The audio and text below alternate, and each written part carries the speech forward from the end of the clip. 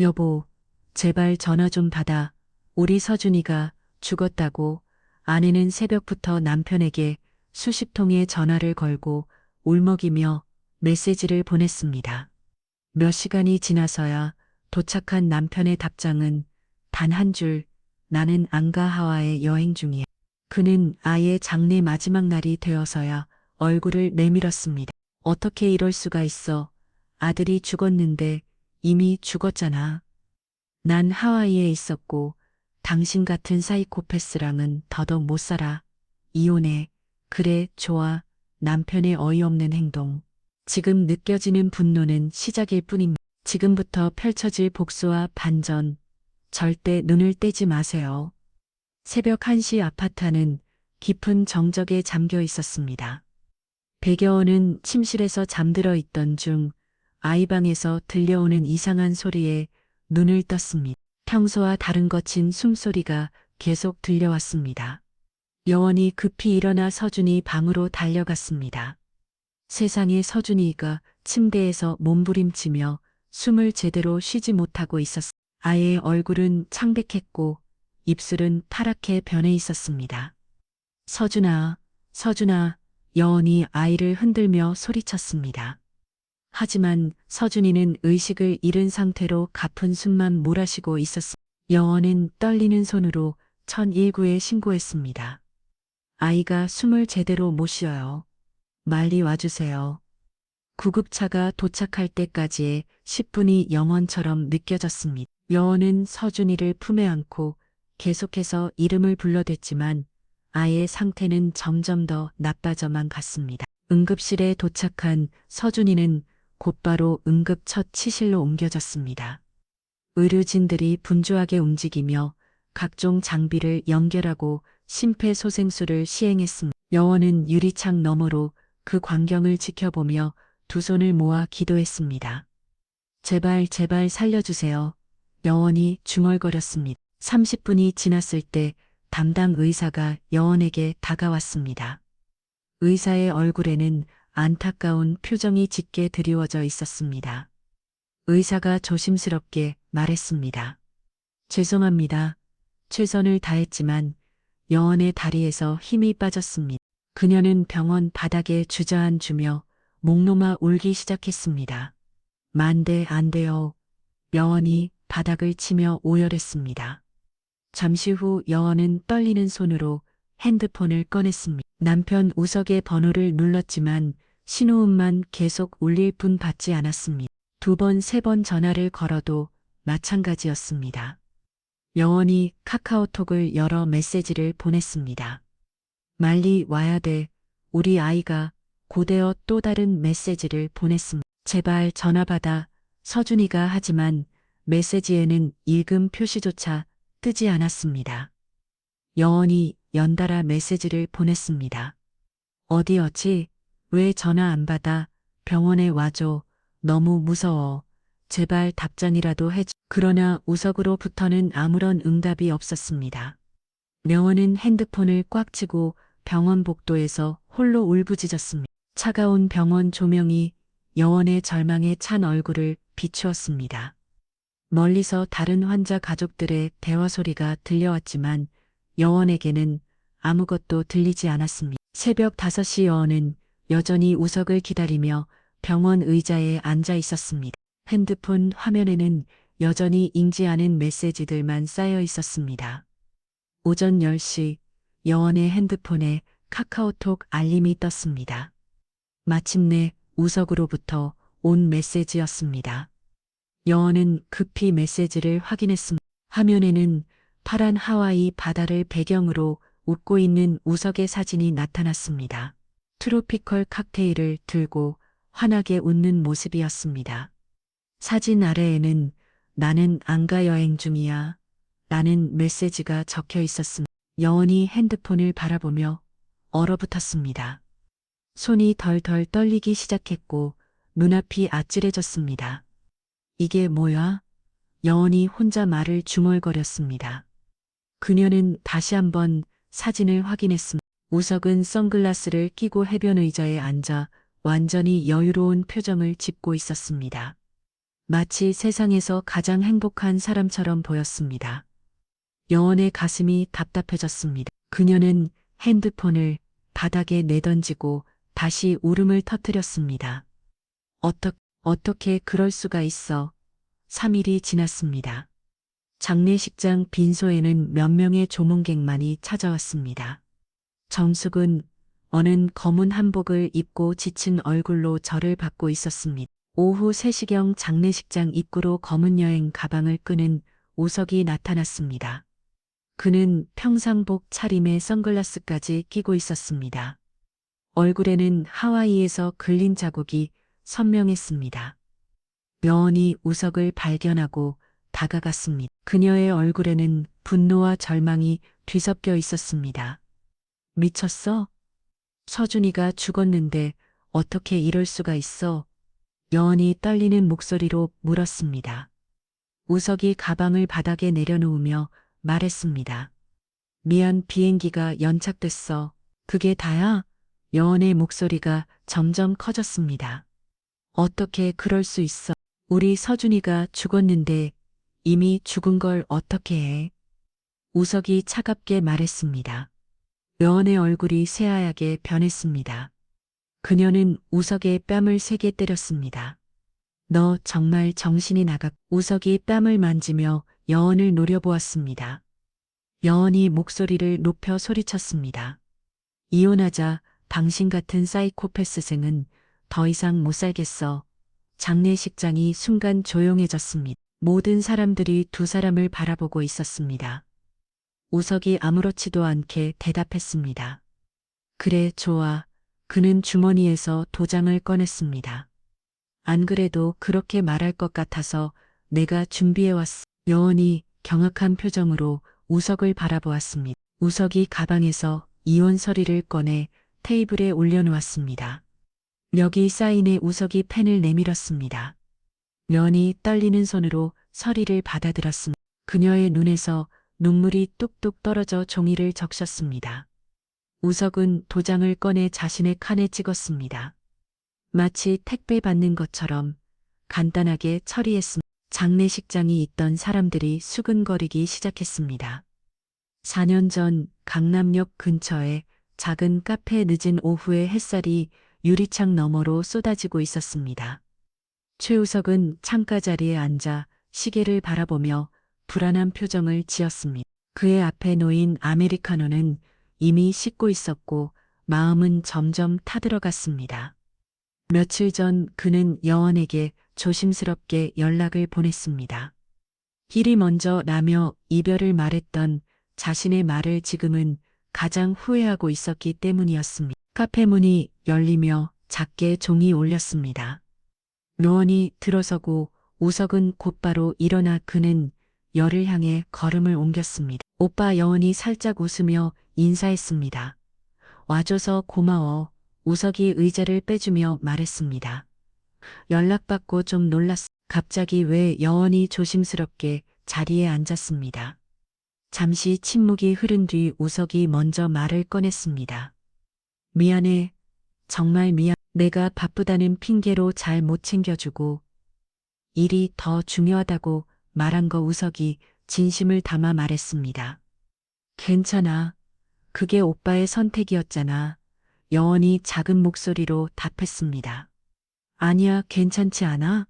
나도 그동안 많이 생각해봤어. 우석이 몸을 앞으로 기울이며 말했습니다. 여원아, 나는 너 없으면 안 되겠어. 그동안 너무 힘들었어. 일에 집중하겠다고 했는데 오히려 내 생각만 나더라. 우석이 솔직하게 털어놓았습니다. 여원의 얼굴에 미소가 번져나갔습니다. 나도 오빠 보고 싶었어. 정말. 우석이 기뻐하며 물었습니다. 오빠가 혹시 다른 사람 생긴 건 아닌가 싶어서 불안했어. 바보야. 그럴 일 없잖아. 우석이 여원의 손을 살짝 잡았습니다. 여원이 우석의 손길에 마음이 따뜻해졌습니다. 몇 달 동안 그리워했던 온기였습니다. 그럼 우리 다시 시작할까? 우석이 조심스럽게 물었습니다. 좋아.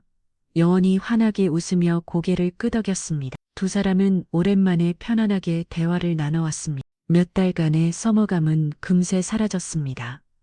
그 후로 우석과 여원은 이전보다 더욱 깊은 관계가 되었습니다. 헤어졌다 다시 만난 경험이 서로의 소중함을 더욱 깨닫게 해주었습니다. 얼마 후 우석은 여원을 한강공원으로 데려갔습니다.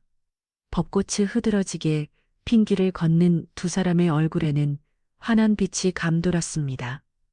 우석이 갑자기 걸음을 멈췄습니다. 그는 주머니에서 작은 반지 상자를 꺼냈습니다. 여원아, 우석이 떨리는 목소리로 말했습니다. 정숙으로 말했습니다. 정숙은 안 되겠어. 이번엔 절대 놓치고 싶지 않아. 나랑 평생 함께하자. 그는 한쪽 무릎을 꿇고 반지를 내밀었습니다. 여원은 손으로 입을 가렸습니다. 눈물이 고였고 심장은 두근거렸습니다. 응, 나도 그래. 나도 오빠랑 함께 있고 싶어. 우석은 반지를 여원의 손가락에 끼워주었습니다. 두 사람은 꽉 안아주었고 벚꽃잎이 바람에 날려돌 주위를 감싸듯 흩날렸습니다. 주변 사람들의 박수 소리, 봄바람, 그리고 두 사람의 미소, 그 순간 여원과 우석은 세상에서 가장 행복한 연인이었습니다. 서양이 한강을 물들이는 가운데 우석과 여원은 손을 잡고 천천히 걸었습니다. 길에 대한 설렘과 희망으로 가득한 시간이었습니다. 그때의 우석은 진심으로 여원을 사랑했고 평생 함께할 수 있을 것이라 믿었습니다. 둘은 기다릴 것도 없이 일사천리로 간소하게 결혼식을 올렸습니다. 어느 저녁 여원이 화장실에서 나와 거실로 왔습니다. 그녀의 손에는 임신 테스트기가 들려 있었고 얼굴에는 믿을 수 없다는 표정이 떠올라 있었습니다. 오빠, 여원이 흥분한 목소리로 우석을 불렀습니다. 소파에 앉아있던 우석이 고개를 돌렸습니다. 왜, 무슨 일이? 여원이 임신 테스트기를 우석에게 보여주며 말했습니다. 이거 봐, 두 줄이야. 우석이 테스트기를 받아들고 자세히 보았습니다. 분명히 두 개의 선이 나타나 있었습니다. 정말이야. 우석이 믿을 수 없다는 듯 물었습니다. 우리 아기가 생겼어. 여원이 기쁨에 겨워 소리쳤습니다. 우석이 버떡 일어나 여원을 안아들었습니다. 두 사람은 거실에서 빙빙 돌며 기뻐했습니다. 아, 조심해야 하는데. 우석이 갑자기 여원을 조심스럽게 내려놓았습니다. 괜찮아. 아직 초기니까. 여원이 웃으며 말했습니다. 우석이 여원에 대해 손을 대며 말했습니다. 우리 아기 안녕? 아빠. 여원이 우석의 손을 덮으며 말했습니다. 이름도 미리 생각해봐야겠다. 남자아이면 서준이, 여자아이면 서윤이 어때? 우석이 제안했습니다. 좋아, 서준이 등 서윤이 등. 예쁘게 키우자. 여원이 고개를 끄덕였습니다. 좋은 아빠가 될 자신 있어? 여원이 우석에게 물었습니다. 당연하지. 세상에서 제일 좋은 아빠가 될 거야. 우석이 자신있게 대답했습니다. 그때의 우석은 정말로 그렇게 될 수 있을 것 같았습니다. 몇 개월 후 산부 인과 분만실에서 진통에 시달리는 여원의 신음소리가 들려왔습니다. 우석은 분만 실밥 복도에서 안절부절 못하며 걸어다니고 있었습니다. 그의 손에는 식은땀이 맺혀 있었고 시계를 잡고 들여다보았습니다. 제발. 무사히. 우석이 중얼거렸습니다. 늦은 나이에 결혼한 탓에 아이를 낳다나가 어떻게 되는 건 아닌지 걱정이 이만저만이 아니었습니다. 분만실 문이 열리며 간호사가 나왔습니다. 우석이 급히 다가가 물었습니다.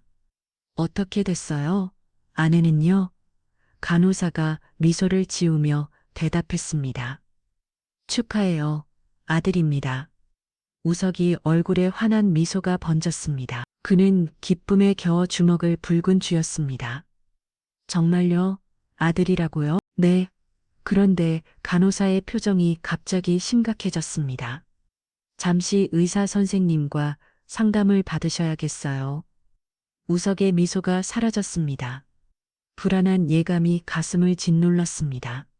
잠시 후 담당 의사가 우석을 상담실로 불렀습니다. 의사의 얼굴에는 무거운 표정이 떠올라 있었습니다. 의사가 조심스럽게 입을 열었습니다. 아기에게 선천성 심장병기에 있습니다. 우석이 의자에서 벌떡 일어났습니다. 네, 무슨 말씀이세요? 희귀한 심장병입니다. 지속적인 관리가 필요해요. 의사가 엑스레이 사진을 보여주며 설명했습니다. 우석의 다리에 힘이 빠졌습니다. 그는 의자에 다시 앉으며 물었습니다. 치료할 수 있나요? 치료를 통해 증상 완화가 가능합니다만 완치는 어렵고 비용도 만만치 않습니다. 의사가 서류를 건네며 말했습니다. 대략적인 치료비가 여기 적혀 있어. 우석이 서류를 받아들고 숫자를 확인하는 순간 눈앞이 깜깜해졌습니다. 수천만 원에 달하는 금액이 적혀 있었습니다. 우석이 떨리는 목소리로 물었습니다. 아내는 알고 있나요? 아직 말씀드리지 않았습니다. 함께 이야기하는 게 좋을 것 같아서요. 신생아실에서 우석과 여원은 인큐베이터 안에 있는 서준이를 바라보았습니다. 작은 몸에 온갖 의료 장비가 연결되어 있었고 숨쉬기 어려워하는 모습이 안쓰러웠습니다. 여원이 유리벽에 손을 대며 울먹였습니다. 우리 서준이 어떻게 우석이 여원의 어깨를 감싸며 말했습니다. 괜찮을 거요. 의사 선생님이 치료할 수 있다고 했어. 오빠 정말 괜찮을. 그때 여원이 우석을 올려다보며 물었습니다. 우석이 고개를 끄덕이며 대답했습니다. 당연하지. 우리가 끝까지 지켜줄 거야. 하지만 우석의 머릿속에는 치료비 걱정이 가득했습니다. 그는 어떻게든 치료비를 마련해야 한다는 생각에 마음이 무거웠습니다. 밤늦게 집으로 돌아온 우석은 컴퓨터 앞에 앉아 대출 조건을 알아보고 있었습니다. 여원은 침실에서 잠들어 있었고 우석은 혼자 고민에 빠져 있었습니다. 어떻게 이동을 마련하지? 서준이가 태어난 지 한 달이 지났습니다. 우석은 매일 새벽 6시에 일어나 회사로 향했습니다. 지하철 안에서도 졸음을 참으며 업무 관련 자료를 읽고 있었습니다. 회사에서 우석은 동료들보다 일찍 출근해서 늦게 퇴근했습니다. 과장이 우석의 자리로 다가와 말했습니다. 우석 씨, 요즘 야근 많이 안 해요. 우석이 컴퓨터에서 눈을 떼지 않고 대답했습니다. 아이도 있는데 열심히 살아야죠. 그래도 몸 상하지 않게 조심하세요. 과장이 걱정스러운 표정으로 말했습니다. 퇴근 후에도 우석의 하루는 끝나지 않았습니다. 그는 편의점 야간 알바를 구해 새벽 2시까지 일했습니다. 계산대에 서서 졸음과 싸우며 손님들을 응대했습니다. 집에 돌아오면 새벽 3시간 넘었고 몇 시간 자고 다시 회화로 가야 했습니다. 우석의 얼굴에는 깊은 피로가 쌓여갔습니다. 한편 여원은 하루 종일 병원과 집을 오가며 서준이를 돌봤습니다. 신생아실에서 인큐베이터 안에 서준이를 바라보며 눈물을 흘렸습니다. 서준아, 엄마가 여기 있어. 아프지? 여원이 유리벽에 손을 대며 속삭했습니다. 간호사가 다가와 말했습니다. 오늘 수술 일정이 나왔어요. 내일 오전에 첫 번째 수술을 받아야 합니다. 그녀는 휴대폰을 꺼내 우석에게 전화를 걸었습니다. 오빠, 내일 서준이 수술이래. 전화 너머로 우석의 한숨 소리가 들렸습니다. 수술비는 얼마나 돼? 1,000만 원이래. 알았어. 어떻게든 마련할게. 우석의 지친 목소리로 대답했습니다. 다음 날 우석은 은행 대출 담당자와 상담했습니다. 신용 대출 한도가 더 있나? 이미 한도 가까이 대출 받으신 상태예요. 더 이상은 어렵습니다. 담당자가 미안한 등 말했습니다. 우석이 한숨을 쉬며 상담을 끝났습니다. 그는 집안 곳곳에 쌓인 병원비 고지서들을 바라보았습니다. 거실 탁자 위에는 각종 의료비 청구서가 산더미처럼 쌓여 있었습니다. 매달 나오는 입원비, 검사비, 약값까지 합치면 감당하기 어려운 금액이었습니다. 밤늦게 여원이 먼저 잠자리에 들고 우석은 거실에서 혼자 컴퓨터를 켜고 부업을 알아봤습니다. 온라인으로 할 수 있는 번역 일거리, 데이터 입력 작업 등을 찾아 헤맸습니다. 우석의 눈에는 충혈이 생겼고 어깨와 목이 버근했습니다. 하지만 그는 멈출 수 없었습니다. 조금만 더 버티자 우석이 자신에게 말하며 다시 키보드를 두드렸습니다. 새벽 4시가 되어서야 우석은 소파에서 잠깐 눈을 붙였습니다. 알람이 울리기 전까지 고작 2시간 뿐이었습니다. 며칠 뒤 우석이 회사에서 돌아와 현관문을 열었을 때 영원은 거실 소파에 앉아 멍하니 TV를 보고 있었습니다. 그녀의 얼굴에는 깊은 피로가 드리워져 있었습니다. 오빠 왔어. 영원이 힘없는 목소리로 인사했습니다. 우석이 가방을 바닥에 내려놓고 소파에 털썩 앉았습니다. 그는 눈을 감고 깊게 한숨을 쉬었습니다. 오늘 서준이 어땠어? 우석이 눈을 감은 채 물었습니다. 수치가 좀 안 좋아졌대. 내일 추가 검사 받아야 해. 영원이 불안한 표정으로 말했습니다. 우석이 눈을 뜨고 영원을 바라봤습니다. 또 검사비 나가겠네. 오빠 돈 얘기만 하지 마. 우리 아이가 아픈데. 영원의 목소리가 떨렸습니다. 우석이 짜증스럽게 대답했습니다. 돈이 없으면 치료도 못 받잖아. 현실을 봐야지. 그래도 그렇게 말아주는 말하죠. 영원히 눈물을 글썽이며 말했습니다. 우석은 대답하지 않고 TV 리모컨을 집어들었습니다. 채널을 돌리며 영원의 말을 듣지 않으려 했습니다. 오빠, 내 말 듣고 있어. 영원이 다가가 우석의 팔을 흔들었습니다. 피곤해. 나중에 얘기하자. 우석이 영원의 손을 뿌리치며 말했습니다. 영원이 상처받은 표정으로 우석을 바라보았습니다. 예전에는 자상하고 다정했던 남편이 이렇게 차갑게 변한 것이 믿어지지 않았습니다. 며칠 후 우석은 회사 동료들과의 저녁 자리에서 대화를 나누고 있었습니다. 우석이 요즘 어때? 아이 키우느라 힘들지? 동료가 물었습니다. 우석이 밝은 표정으로 대답했습니다. 힘들긴 하지만 행복해요. 아내가 정말 잘 돌봐주거든요. 부럽다. 정말 신혼 때가 좋지. 네, 아내 덕분에 든든해요. 집에서는 제가 아무것도 안 해도 다 알아서 해주니까. 우석이 웃으며 자랑했습니다. 동료들이 감탄하며 박수를 쳤습니다. 우석은 집에서는 아내에게 잘해주지 않으면서 밖에서는 아내밖에 모르는 애처가인 것처럼 말했습니다. 마치 완벽한 가정을 꾸리고 있는 것처럼 연기했습니다. 저녁 7시 우석이 지친 얼굴로 현관문을 열었습니다. 영원은 부엌에서 저녁을 준비하고 있었는데 평소와 달리 콩노래를 흥얼거리고 있었습니다. 못 봐왔어? 영원이 밝은 목소리로 인사했습니다. 우석이 가방을 놓으며 의아하게 생각했습니다. 요즘 보기 드문 영원의 밝은 표정이었습니다. 뭔가 좋은 일이 있었나? 우석이 소파에 앉으며 물었습니다. 영원이 앞치마를 벗고 우석 옆에 앉았습니다. 그녀의 눈이 반짝이고 있었습니다. 오빠 정말 놀라운 소식이 있어. 무슨 소식? 우석이 관심을 보였습니다.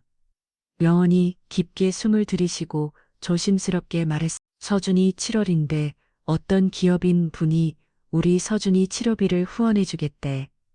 우석이 눈을 크게 뜨며 되물었습니다. 뭐라고? 정말이야? 중견기업 사장님이래.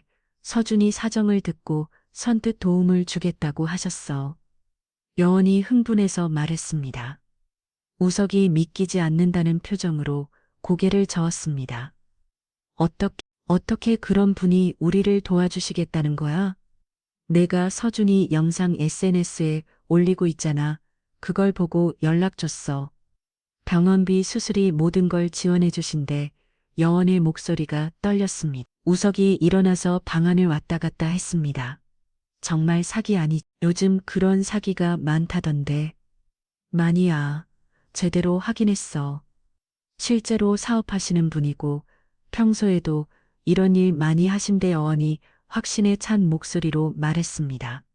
우석이 얼굴에 서서히 미소가 번져나갔습니다. 그동안 그의 얼굴에서 사라져던 진짜 웃음이었습니다. 정말이라면? 우석이 중얼거렸습니다. 이제 오빠가 그렇게 힘들게 일하지 않아도 돼. 야금도 알바도 여원이 우석의 손을 잡았습니다. 우석이 여원을 꽉 안아주었습니다. 오랜만에 느끼는 진정한 안도감이었습니다. 고마워, 여원아. 정말 고마워. 여원이 우석의 등을 쓰다듬었습니다. 우석이 눈물을 글썽이며 말했습니다. 이제 서준이 걱정 없이 치료받을 수 있겠네. 정말 꿈만 같아. 그런데 그분이 한번 만나보자고 하셔. 당연하지. 언제든지 만나볼 수 있어. 우석이 고개를 끄덕였습니다. 그날 밤 우석과 여원은 오랜만에 편안한 잠자리에 들었습니다. 3년 만에 처음으로 동거정 없이 잠들 수 있는 밤이었습니다. 우석이 여원에게 속삭했습니다. 정말 기적 같은 일이야. 우리 서준이한테 천사가 나타난 거야. 여원이 만족스럽게 웃으며 대답했습니다. 하지만 여원의 마음 한편에는 복잡한 감정이 자리 잡고 있었습니다. 그녀만이 알고 있는 진실이 있었지만 이 행복한 순간을 깨뜨릴 수는 없었습니다. 토요일 오전 우석은 집 근처 백화월 들렸습니다. 서준이를 도와주겠다고 한 후원자에게 감사의 마음을 전하기 위해서였습니다. 비싸지는 않지만 정성스럽게 포장된 고급차 선물 세트를 골랐습니다. 이 정도면 진심이 전달되겠지. 우석이 혼자 말을 하며 선물을 받았습니다. 강도원의 회사는 강남에 있는 중견기업이었습니다. 우석이 회사 건물 로비에 도착했을 때 도움이 먼저 내려와 있었습니다. 혹시 체육석 씻어요? 도움이 정중하게 다가왔습니다. 네, 맞습니다. 강도원 대표님이시죠? 우석이 깊게 인사하며 대답했습니다. 네, 반가워요. 위로 올라가시죠. 도움이 엘리베이터를 안냈습니다. 도움이 사무실은 깔끔하고 품격 있게 꾸며져 있었습니다. 벽면에는 각종 상패와 사회공헌 활동 사진들이 걸려 있었습니다. 앉으세요. 차 한 잔 드시죠. 도움이 소파를 가리키며 말했습니다. 우석이 조심스럽게 선물을 내밀었습니다. 너무 감사해서요. 마음만 받아주세요. 아, 이런 걸 왜? 정말 고맙습니다. 도움이 선물을 받으며 겸손한 표정을 지었습니다. 저희 가족을 도와주셔서 정말 감사할 따름입니다. 우석이 진심을 담아 말했습니다. 도움이 차를 따라주며 대답했습니다. 별 말씀을. 아이가 건강해지는 게 제일 중요한 거죠. 사실 저희가 경제적으로 많이 힘든 상황이었거든요. 대표님 덕분에 정말 큰 짐을 덜었습니다. 우석의 목소리가 떨렸습니다. 도움이 우석을 바라보며 말했습니다. 아버지로서 얼마나 마음 고생이 심하셨을까요? 이해합니다. 정말 천사 같은 분이세요. 어떻게 이런 일을 생각하시게 된 건가요? 우석이 궁금해하며 물었습니다. 저도 예전에 어려운 시절이 있었거든요. 그때 도움을 받은 기억이 있어서. 우석이 감동한 표정으로 고개를 끄겠습니다. 정말 존경스럽습니다. 저도 나중에 여유가 되면 이런 일을 해보고 싶어요. 좋은 마음이네요. 서준이 아버지답습니다. 도움이 미소를 지으며 말했습니다. 두 사람은 1시간 가까이 이야기를 나누었습니다. 앞으로도 서준이 상태를 계속 지켜보고 싶습니다. 가끔 안부 여쭤봐도 될까요? 도움이 조심스럽게 물었습니다. 당연하죠. 언제든지 연락 주세요. 저희 집에도 한번 놀러 오세요. 우석이 기꺼이 대답했습니다. 헤어질 때 우석이 다시 한번 깊게 인사했습니다. 정말 감사합니다. 평생 잊지 않겠습니다. 건강한 서준이 모습 보는 게 제일 큰 보답이에요. 도움이 따뜻하게 웃으며 답했습니다. 엘리베이터에서 내려오는 우석의 발걸음은 한결 가벼웠습니다. 세상에는 정말 좋은 사람이 있다는 생각에 마음이 따뜻해졌습니다. 우석이 떠난 후 도우는 여원에게 문자를 보냈습니다. 서준이 상태는 여원이 병원 복도에서 휴대폰을 확인하고 답장을 보냈습니다. 많이 좋아졌어. 정말 고마워. 곧이어 도운의 답장이 왔습니다. 다행이네. 시간 되면 잠깐 만날 수 있을까? 여원이 주위를 둘러보고 조심스럽게 답했습니다. 오늘 오후에 잠깐이라면 문자 속 그들은 굉장히 친밀해 보였습니다. 그날 오후 병원 근처 카페에서 두 사람이 만났습니다. 도훈이 먼저 와서 구석자리에 앉아 기다리고 있었습니다. 여연이 카페로 들어서자 도훈이 손을 흔들었습니다. 그녀는 긴장한 표정으로 자리에 앉았습니다. 서준이는 어때? 도훈이 진심을 인 목소리로 물었습니다. 많이 좋아졌어. 수수도 성공적으로 끝났고 여원이 안도의 표정을 지으며 답했습니다. 도훈이 만족스러운 미소를 지었습니다. 정말 닭이야. 우리 아이가 우리 아이라고 하지 마. 여원이 당황하며 도훈을 제지했습니다. 여원이 주위를 살피며 조심스럽게 말했습니다. 이렇게 자주 만나면 안 될 것 같아. 왜 서준이 후원자로서 당연한 관심 아닌가? 도훈이 억지스럽게 웃으며 말했습니다. 그래도 사람들이 오해할 수 있어. 여원이 불안한 표정을 지었습니다. 도훈이 몸을 앞으로 기울이며 말했습니다. 여원아, 내 마음을 알잖아. 그런 얘기하지만 도훈 씨는 그냥 후원자인 거야. 여원이 고개를 저었습니다. 서준이는 내 아들이야. 부인할 수 없는 사실이지. 도훈이 진지하게 말했습니다. 여원의 얼굴이 창백해졌습니다. 그런 말 절대 하면 안 돼.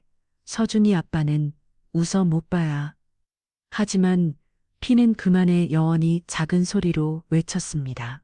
도인이 잠시 침묵하더니 다른 이야기를 꺼냈습니다. 그런데 말이야, 내 남편이 찾아왔더라고.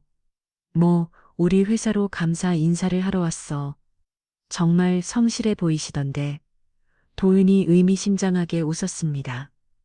여원이 놀란 표정을 지었습니다. 오빠가 회사에 갔다고 선물까지 가져왔어. 정말 고마워하더라고. 도훈이 차를 한 모금 마셨습니다. 선물을 여원이 당황스러워했습니다. 착한 분이 내 아들을 위해 그렇게 감사해야 하시다니. 도훈의 목소리에 비꼬는 듯한 톤이 섞였습니다. 여원이 불편한 표정을 지으며 말했습니다.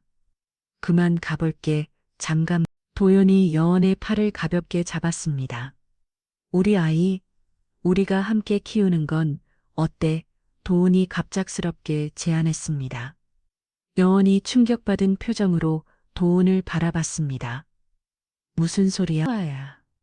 내 뜻 알잖아. 서준이 얘기는 친아버지가 필요해. 도훈의 눈빛이 진지했습니다. 여원이 자리에서 일어났습니다. 미쳤어? 생각해. 서준이를 위해서라도 도훈이 끝까지 포기하지 않았습니다. 여원이 가방을 들고 황급히 카페를 나갔습니다. 도훈은 그녀의 뒷모습을 바라보며 만족스러운 미소를 지었습니다. 모든 일의 실마리는 결혼 전으로 거슬러 올라가야 합니다. 여원은 우석과 잠시 헤어진 상태였습니다. 스트레스가 쌓인 여원은 친구의 권유로 러닝크루에 가입했습니다. 운동하면 기분도 좋아질 거야. 한번 해. 친구가 여원의 등을 떠밀려 말했습니다. 한강공원에서 만난 러닝크루는 20명 정도의 직장인들로 구성되어 있었습니다. 나이대도 다양했고 분위기도 편안했습니다. 여원이 처음 참석한 날 크루장인 강도원이 다가왔습니다. 운동복을 입은 그의 모습은 더 매력적으로 보였습니다. 처음 오인 분이시네요. 안녕하세요. 도훈이 정중하게 인사했습니다. 네, 백여원이라고 해요. 여원이 어색하게 대답했습니다. 강도훈입니다. 오늘은 천천히 따라오시면 됩니다. 도훈이 따뜻하게 웃었습니다.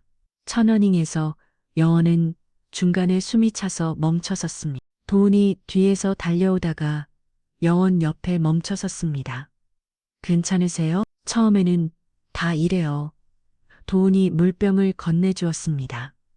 고마워요. 이렇게 못 들 줄 몰랐어요.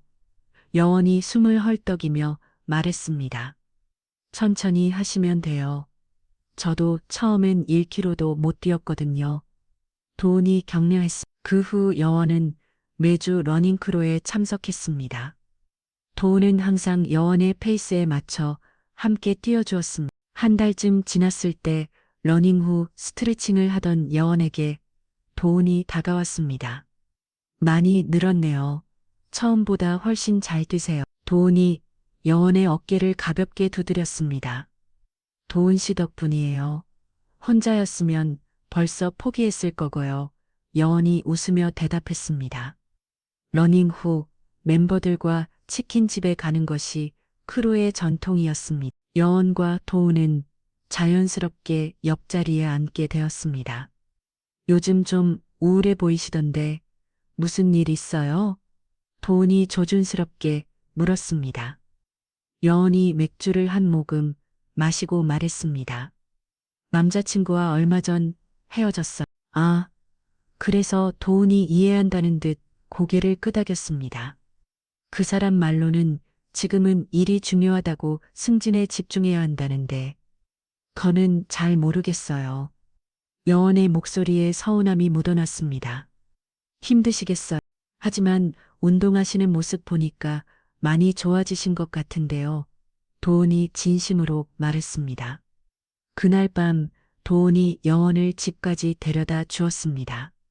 차 안에서 두 사람은 계속 대화를 나누었습니다. 정말 고마워요.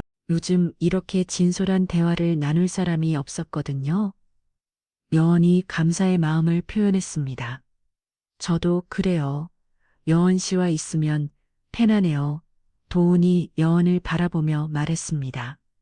그 순간 두 사람 사이에 묘한 기류가 흘렀습니다. 러닝으로 단련된 도운의 탄탄한 체격과 남성적 매력이 여원을 흔들었습니다. 결국 그날 밤 두 사람은 도운의 집으로 갔습니다. 운동으로 인한 아들엔 알림과 외로움이 뒤섞인 감정이 폭발한 것이었습니다.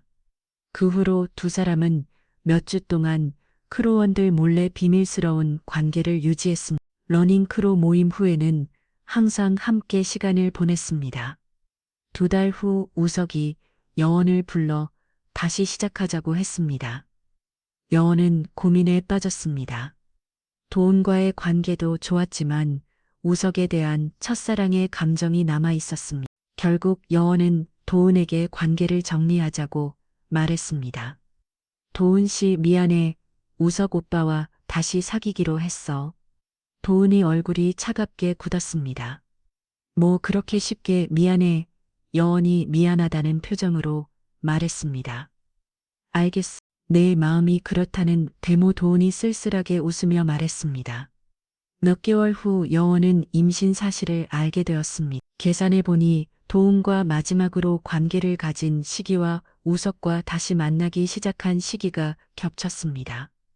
여원의 가슴이 두근거렸습니다. 아이의 아버지가 누구인지 확실하지 않았던 것입니다. 이런 일이 여원이 화장실 거울을 보며 중얼거렸습니다. 하지만 이미 우석과의 결혼 준비가 한창이었습니다. 여원은 이 비밀을 평생 가슴에 묻기로 결심했습니다. 그렇게 아이가 태어나고 아이를 처음 안아본 순간 설명할 수 없는 감정을 느꼈습니다. 아이의 얼굴에서 도운의 얼굴이 겹쳐 보였습니다. 결정적인 순간은 병원에서 아이의 혈혈경을 알게 되었을 때였습니다. 남편 우석의 혈혈경과는 절대 나올 수 없는 조합이었습니다. 우석이 혈혈경을 절대 모르게 숨겼습니다. 병원도 절대 우석이 못 가게 하고 본인이 직접 갔습니다. 그 후로 여원은 혼자서 그 진실을 끌어안고 살았습니다. 하지만 서준이의 병원비 때문에 도저히 버틸 수가 없다고 생각할 때 단 하나의 이름이 머릿속을 스쳤습니다. 강도은 그의 재력이라면 서준이를 살릴 수 있을 거라고 생각이 들었습니다. 그렇게 여원은 남편에게 모든 걸 숨긴 채 도운에게 손을 내밀게 된 것이었습니다. 그렇게 우석은 꿈에도 모르고 도운의 도움을 받으면서 시간이 흘렀습니다. 어느 날 새벽 2시 우석이 일을 마치고 집에 돌아왔습니다. 여원은 이미 잠들어 있었고 집안은 조용했습니다. 거실 테이블 위에 여원의 핸드폰이 놓여 있었습니다. 평소 여원은 핸드폰을 침실로 가져가는 습관이 있었는데 오늘은 깜빡한 모양이었습니다. 우석이 물을 마시러 부엌으로 가던 중 핸드폰에서 진동음이 들렸습니다. 화면이 밝아지며 카카오톡 알림이 떴습니다. 발신자는 강 사장님이었습니다.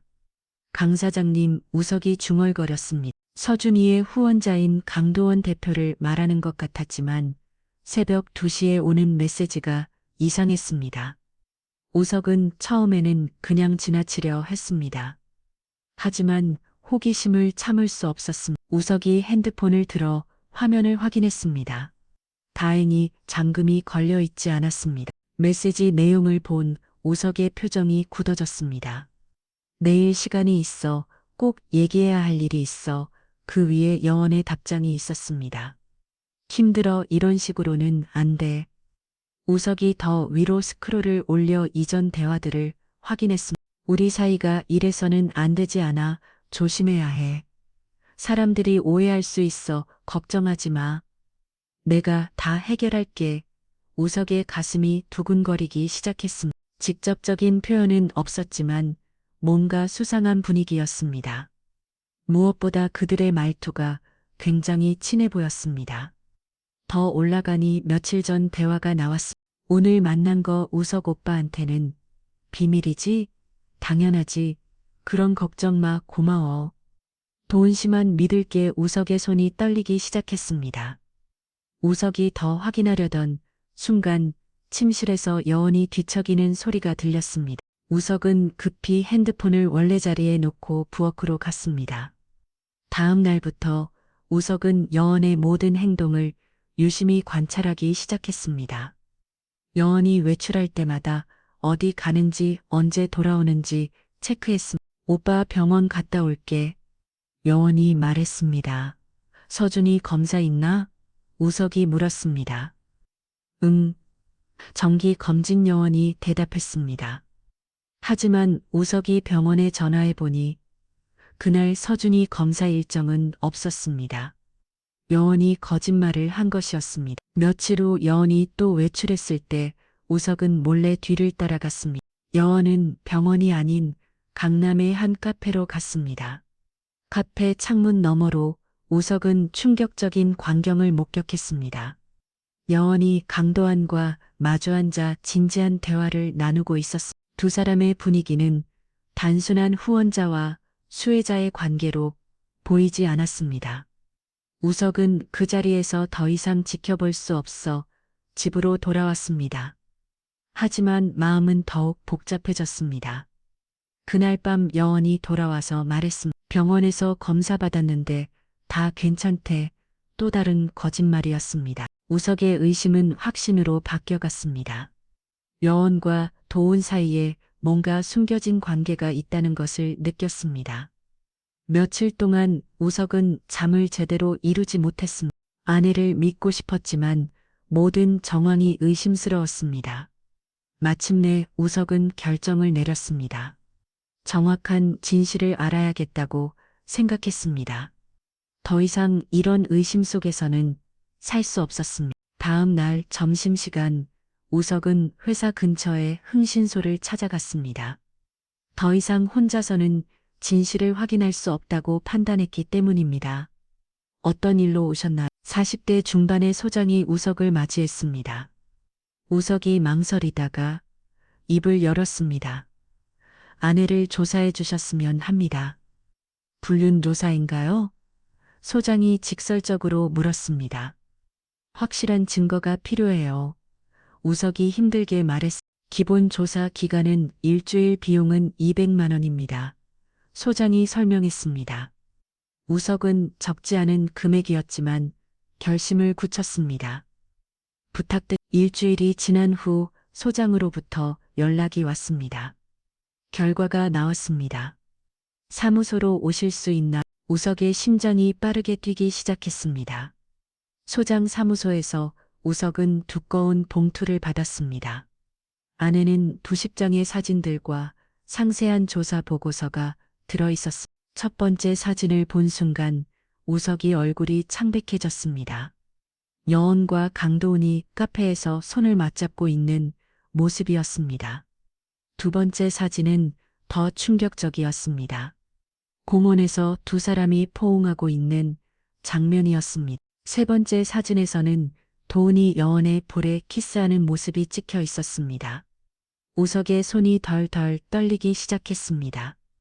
언제부터 이런 관계였나요? 우석이 떨리는 목소리로 물었습니다. 조사 결과로 봐서는 최소 몇 달은 된 것 같습니다. 정기적으로 만나고 있다고요. 소장이 차분하게 설명했습니다. 우석이 다음 사진을 넘겼습니다. 호텔 로비에서 함께 걷는 모습, 엘리베이터에 함께 타는 모습까지 모든 것이 기록되어 있었습니다. 그런데 더 중요한 게 있습니다. 소장이 다른 서리를 꺼냈습니다. 이 남자가 누군지 조사해 봤는데 강도훈이라는 중견기업 사장입니다. 그런데 소장이 잠시 말을 멈췄습니다. 뭐가 더 있나요? 우석이 초조하게 물었습니다. 이 사람이 아드님의 병원비를 후원하고 있다고 하다군요. 우석이 고개를 끄겠습니다. 맞습니다. 소장이 표정이 심각해졌습니다. 그런데 병원에서 힘들게 입수한 정보가 있는데 소장이 또 다른 서리를 내밀었습니다. DNA 검사 결과입니다. 우석이 서리를 받아들며 의아해했습니다. 오문적이 깊어다른 서리를 네임의 검사 결과입니다. 우석이 서리를 받아들며 의아해했습니다. 네, 사모님께서 비밀리에 검사를 의뢰했다고군요. 강도훈과 아드님의 친자 확인 검사였습니다. 우석의 심장이 멈춘 것 같았습니다. 서류의 결과란을 본 순간 우석의 세상이 무너져 내렸습니다. 친자 확률 99%, 우석이 의자에서 일어나지 못했습니다. 서류가 손에서 미끄러져 바닥에 떨어졌습니다. 고객님 괜찮으세요? 소장이 걱정스럽게 물었습니다. 우석은 아무 말도 할 수 없었습니다. 지난 3년간 자신의 아들이라고 믿었던 서준이가 다른 남자의 아이였다는 충격적인 사실을 받아들일 수 없었습니다. 그럼 서준이는 우석이 겨우 말을 꺼냈습니다. 네, 강도훈의 친자가 맞습니다. 소장이 조심스럽게 대답했습니다. 우석의 머릿속이 하얘졌습니다. 지난 3년간 밤낮 없이 일해서 모은 병원비 서준이를 위해 포기한 모든 것들, 아빠라고 불러주던 그 소중한 순간들이 모두 거짓이었다는 것입니다. 제가 바보였네요. 우석이 중얼거렸습니다. 자신이 감사 인사까지 했던 그 남자가 아내 불륜 상대이자 서준이의 친아버지였다는 사실이 믿어지지 않았습니다. 우석은 소장 사무소에서 한참을 멍하니 앉아 있었습니다. 모든 것이 무너져 내린 기분이었습니다. 마침내 우석이 일어나 집으로 향했습니다. 하지만 그의 마음속에는 배신감과 분노 그리고 말할 수 없는 상실감이 소용돌이리고 있었습니다. 집으로 돌아온 우석은 거실 소파에 털썩 앉았습니다. 소장이 건네준 봉투를 무릎 위에 올려놓고 한참을 바라보았습니다. 그 안에 담긴 사진들과 DNA 검사 결과서가 그의 인생을 완전히 바꿔놓았습니다.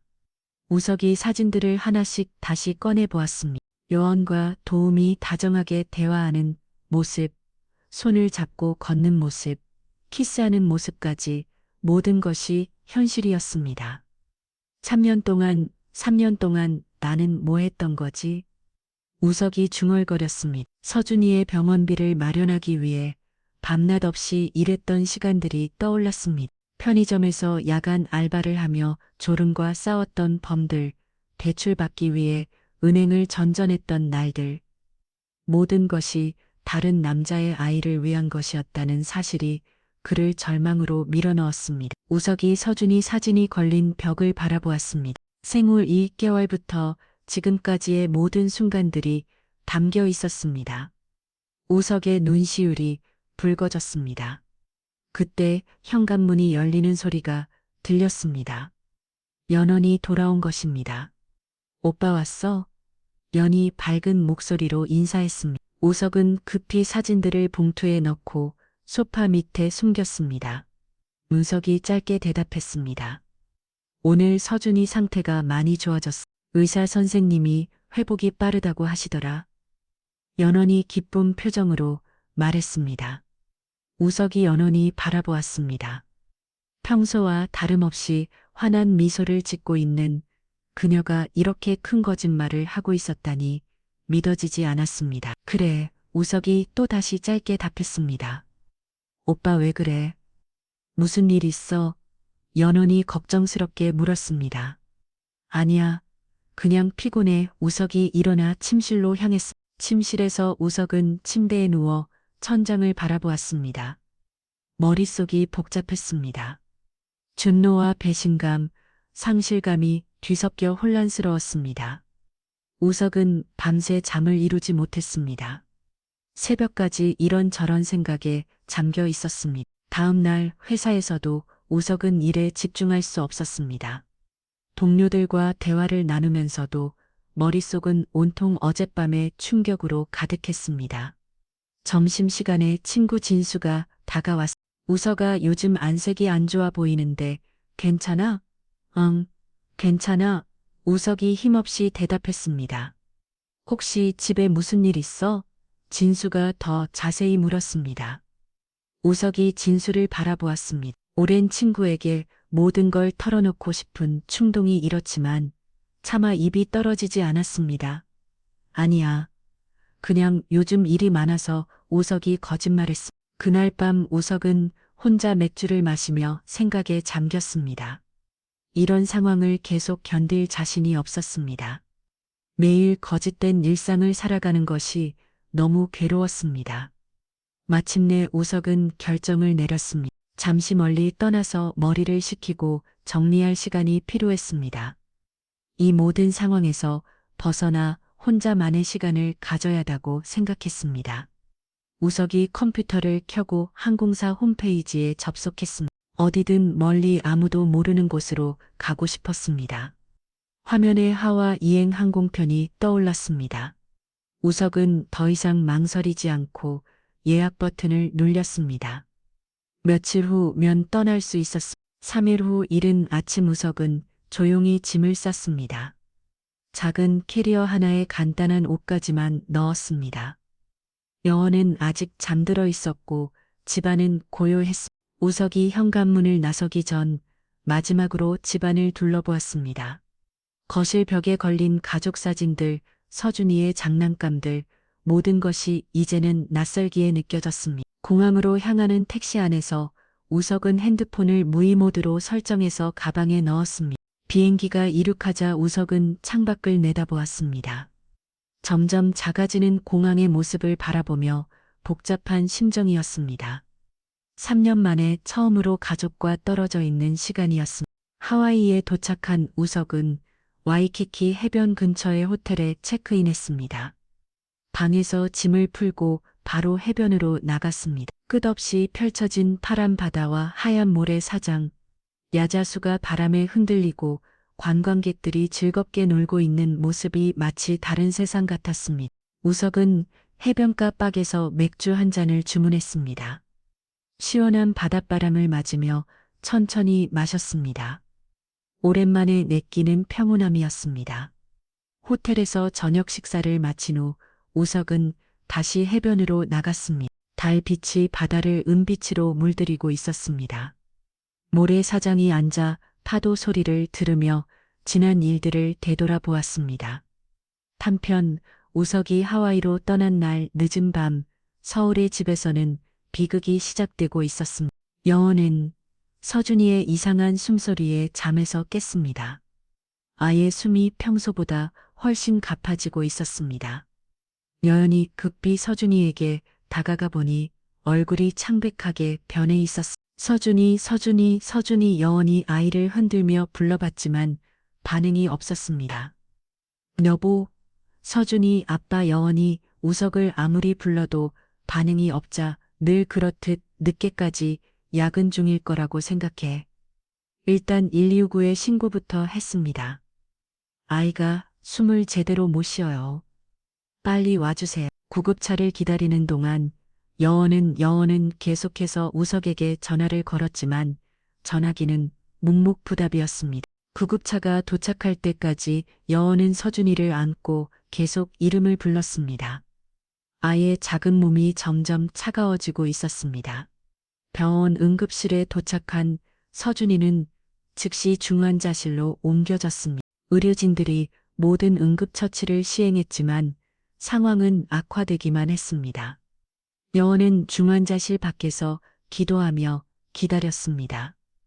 떨리는 손으로 우석에게 전화를 걸었지만 계속 꺼져 있었습니다. 오빠 제발 전화 받아. 어디서 뭐라고 있는 거야? 여원이 울먹이며 중얼거렸습니다. 전화가 안 되자 여원은 카톡으로 연달아 메시지를 보냈습니다. 오빠 서준이 응급실이야. 빨리 와줘. 상황이 안 좋아. 제발 연락해. 어디 있어? 왜 전화 안 받아? 대체 어디서 뭐라고 있는 거야? 하지만 메시지는 잊지 않은 표시만 계속 떠 있었습니다. 새벽 4시 담당 의사가 중환자실에서 나왔습니다. 의사의 표정이 심각했습니다. 의사가 조심스럽게 입을 열었습니다. 최선을 다했지만 죄송합니다.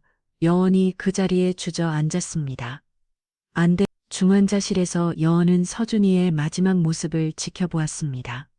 작은 몸에 연결된 모든 장비들이 조용히 멈춰 있었습니다. 여원이 서준이의 손을 잡고 울부짖었습니다. 여원은 계속해서 우석에게 전화를 걸었습니다.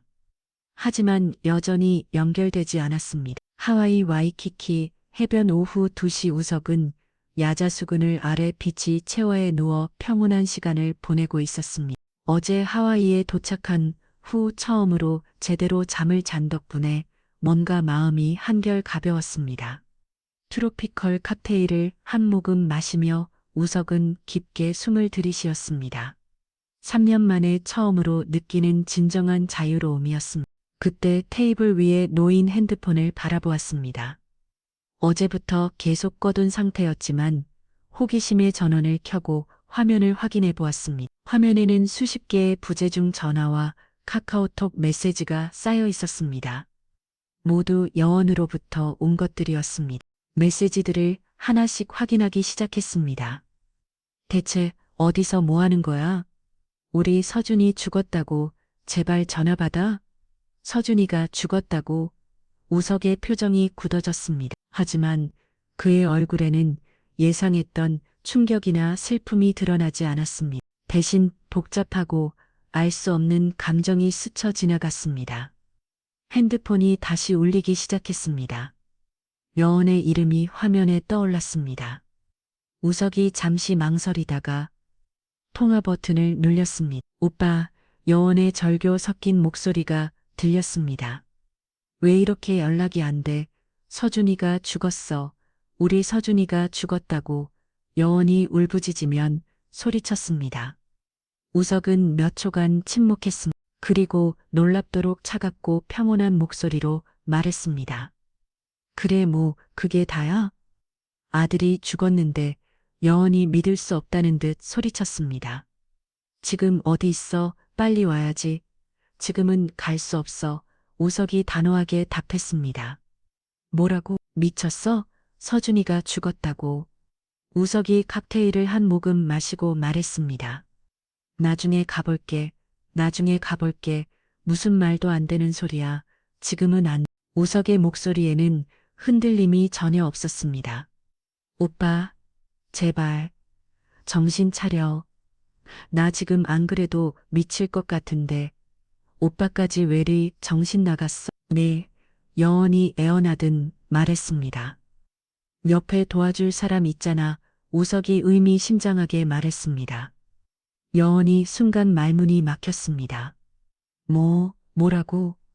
우석이 전화를 끊어버렸습니다. 핸드폰이 다시 울리기 시작했지만 우석은 이번에는 아예 전원을 꺼버렸습니다. 멀리 서울에서는 여원이 핸드폰을 붙잡고 절망에 빠져 있었지만 하와이의 우석에게는 그 모든 것이 더 이상 자신의 일이 아니야.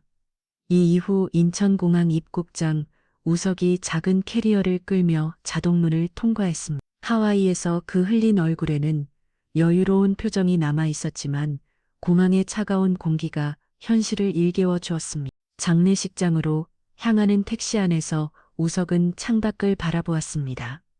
며칠 전 떠날 때와 똑같은 서울의 풍경이었지만 이제는 모든 것이 달라 보였습니다. 장례식장에 도착한 우석은 한참을 망설이다가 건물 안으로 들어갔습니다. 빈소는 2층이었습니다. 계단을 올라가는 우석의 발걸음은 무거웠습니다. 하지만 슬픔 때문이 아닌 앞으로 벌어질 일들 때문이었습니다. 빈소 입구에는 고 최서준이라는 명패가 걸려 있었습니다. 우석이 그 글자를 바라보며 잠시 멈춰섰습니다. 빈소 안으로 들어가자 여원이 상주 자리에 앉아 있었습니다. 3일 동안 울어서 부어오른 얼굴 깊게 패인 눈가 그녀는 완전히 망가져 있었습니다. 우석이 들어오는 것을 본 여원이 벌떡 일어났습니다. 오빠, 여원이 우석에게 달려와 주먹으로 가슴을 치기 시작했습니다. 어떻게 이럴 수 있어? 어떻게 아들 장례식에 지금 우석은 가만히 서서 여원의 주먹질을 받았습니다. 그의 표정에는 미안함이나 죄책감 같은 것은 전혀 보이지 않았습니다. 여원이 목을 놓아 울부짖었습니다.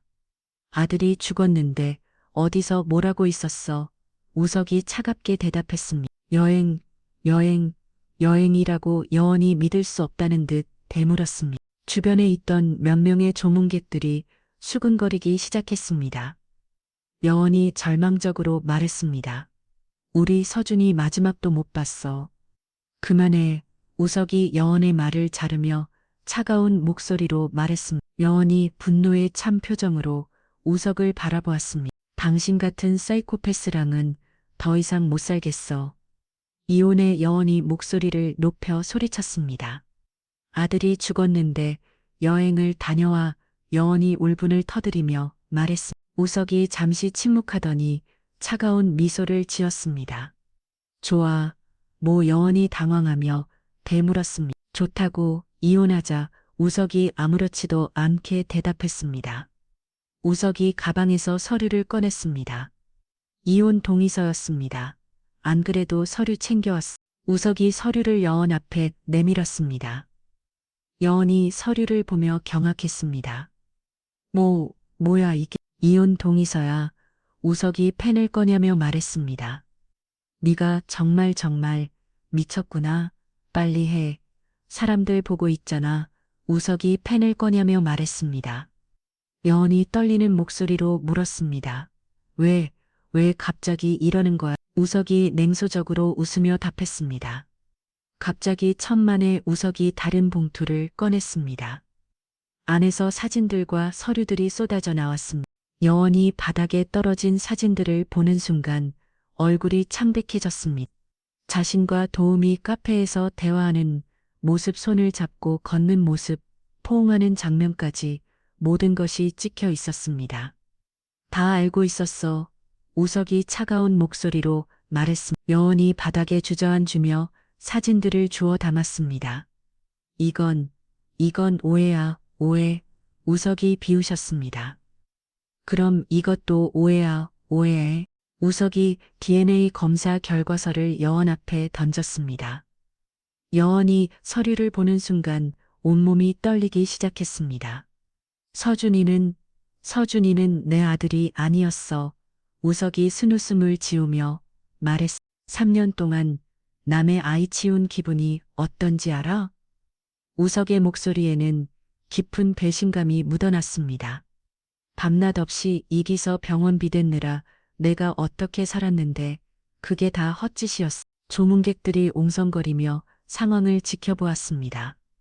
여원이 울부짖으며 말했습니다. 내가 잘못했어. 다 내가 잘못했어. 용서해줘. 용서. 우석이 냉소적으로 웃었습니다. 3년 동안의 거짓말을 어떻게 용서해? 우석이 이혼 동의서에 자신의 도장을 찍었습니다. 빨리 사인해 오빠. 제발 한 번만 더 기회를. 우석이 펜을 연하게 내밀었습니다. 여원이 펜을 받으며 마지막으로 애원했습니다. 정말 끝인 거야? 응, 끝이야. 우석의 대답은 단호했습니다. 결국 여는 떨리는 손으로 자신의 이름을 적었습니다. 눈물이 서류에 떨어져 글씨를 번지게 했습니다. 우석이 서류를 챙기며 일어났습니다. 이제 우리는 남남이야. 오빠. 여원이 우석을 붙잡으려 했지만 우석은 차갑게 뿌리쳤습니다. 그 새끼 보고 모든 걸 책임지라고 해.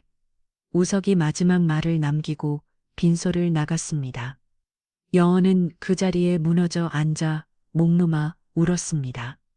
조문객들은 어떻게 반응해야 할지 몰라 어색하게 서 있었습니다. 며칠 후 여원은 작은 집 하나만 들고 집을 떠났습니다.